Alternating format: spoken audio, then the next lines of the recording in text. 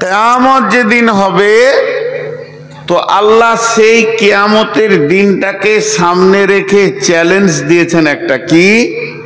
ওমা হুম আনহা বিগাইবিন। ওমা হুম আনহা বিগাইবিন এর মানে হচ্ছে আমার ওই অনুষ্ঠিত দিনে যেদিন আমি সকলকে নিয়ে জমা করব, ওই দিন তোমরা কেউ গায়েব হতে পারবে না, কেউ অদৃশ্যে যেতে পারবে না, কেউ গায়ের হাজিরি থাকতে পারবে না। আমি আল্লাহ আমার ক্ষমতাতে, আল্লাহর ক্ষমতাটা কি? ফাইন্নামা হিয়া জাসরাতু ওয়াহিদা ফাইজা হুম বিসাহিরা। আমি এমন একটা হুঙ্কার মারব, আমার একটি হুঙ্কারে সারা পৃথিবীতে হযরতে আদম আলাইহিস সালাম থেকে নিয়ে কিয়ামত পর্যন্ত যত মানুষ জন্ম নিয়েছে এক জায়গায় পৌঁছে যাবে।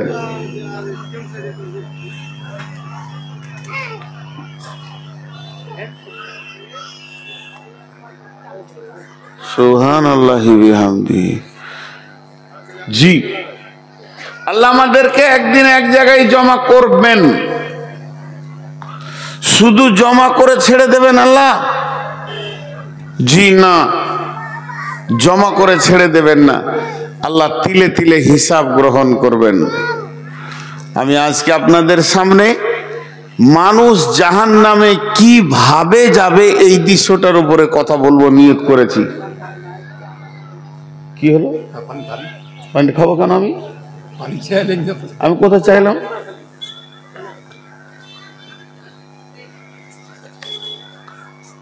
আমার যখন দরকার হবে আমি খাবো।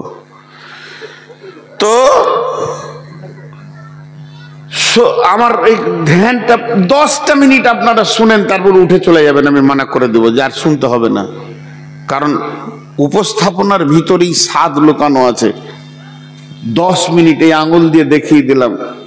তো সমস্ত মানুষকে আল্লাহ এক জায়গায় জমা করবেন, কি নারী কি পুরুষ, কি শিক্ষিত কি মূর্খ, কি জাহেল কি পানপার কি পড়নেওয়ালা, আল্লাহ এক জায়গায় জমা করে এলান করবেন কয়েকটা। আল্লাহ এলান করবেন, মানুষে এলান করবে, ফেরেশতাতে এলান করবে, কিয়ামতের মাঠে এলান আর এলান চলবে। প্রয়োজনে প্রয়োজনে একটা একটা করে এলান শুনতে পাবেন। আল্লাহ প্রথমেই এলান করবেন, অমতাজুল ইয়াউমা আইয়ুহাল মুজরিমুন। হে বেঈমানেরা, তোরা যারা বেঈমান আছিস ইমানদারদের থেকে বাইরে যা। আজকে এটা ঈদগাহ, যেখানে আমরা বসে আছি এটা কি? ঈদগাহ। সবাই বলেন এটা কি?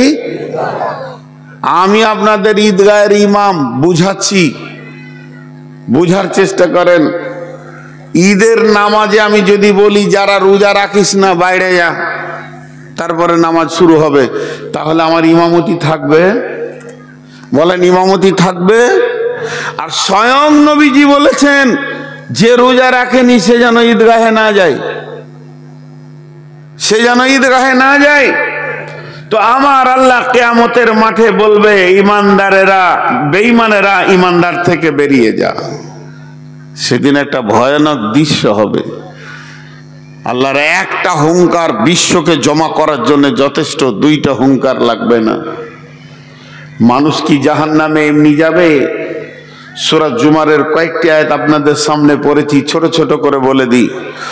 সুম্মা নুফিকা ফীহি উখরা ফাইদা হুম কিয়ামুন ইয়ানজুরুন ওয়া আশরাকাতিল আরদু বিনূরি রাব্বিহা ওয়া উযিয়াল কিতাব ওয়া জিআ বিন নাবিয়িনা ওয়াশ শুহাদাই ওয়া কুদিয়া বাইনাহুম বিল হাক্কি ওয়া হুম লা ইউযলামুন ওয়া উফিয়াত কুল্লু নাফসিন মা আমিলাত ওয়া হুয়া আ'লামু বিমা ইয়াফআলুন।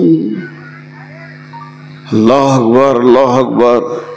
আমি বেঈমান বলি এখনো চেয়ারে বসে আছি, আমি মুনাফিক বলে এখনো চেয়ারে বসে আছি, আমার ভিতরে ঈমান নাই। এই আয়াতগুলো শুনলে বড় বড় আল্লাহর ওলিরা বেহুশ হয়ে যেতেন। কি কঠিন কথা। জি, আল্লাহ তাবারাক ওয়া তাআলা বলছেন, যখন দ্বিতীয় সূর ফোঁকা হবে,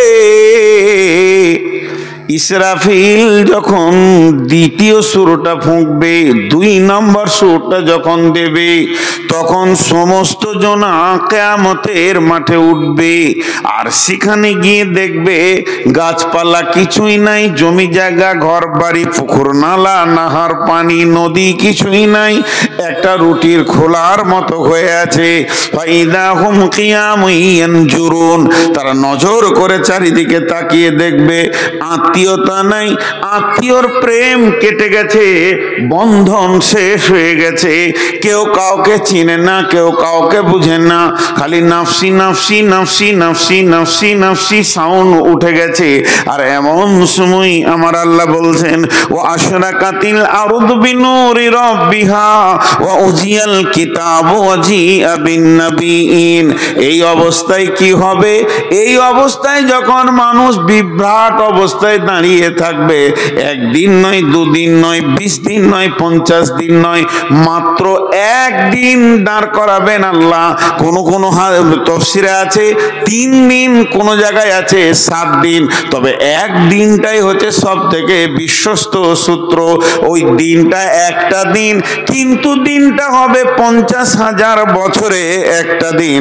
চারিদিকে তাকিয়ে দেখবে কিছুই নাই, আত্মীয়তা নাই, কিছুই নাই। হুফাতান গোরাতান গোরলান, পায়ে জুতো থাকবে না, পুরুষের খাতনা দেওয়া থাকবে না, মাথায় ছাতা থাকবে না।